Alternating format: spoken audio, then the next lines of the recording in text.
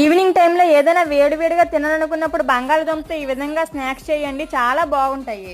దీనికోసం ముందుగా ఒక ప్లేట్లో 1 కప్పు మైదా పిండి వేసి దీంట్లో 1 స్పూన్ సాల్ట్, కొద్దిగా వాము, 1 స్పూన్ ఆయిల్ వేసి దీనిలో కొద్దిగా వాటర్ వేసుకుంటూ పిండిని చపాతీ పిండిలో కలుపుకొని పక్కన పెట్టుకోవాలి.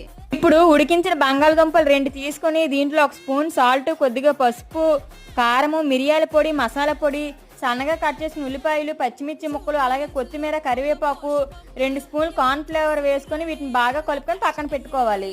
ఇప్పుడు ముందుగా మనం కలిపి పెట్టుకుని పిండి ముద్దను తీసుకొని పైన పొడి పిండి జల్లుతూ చపాతీలా చేసుకొని చేతికి ఆయిల్ అప్లై చేసుకొని మనం కలిపి పెట్టుకుని బంగాళదుంప దీనిపైన ఒత్తుకోవాలి.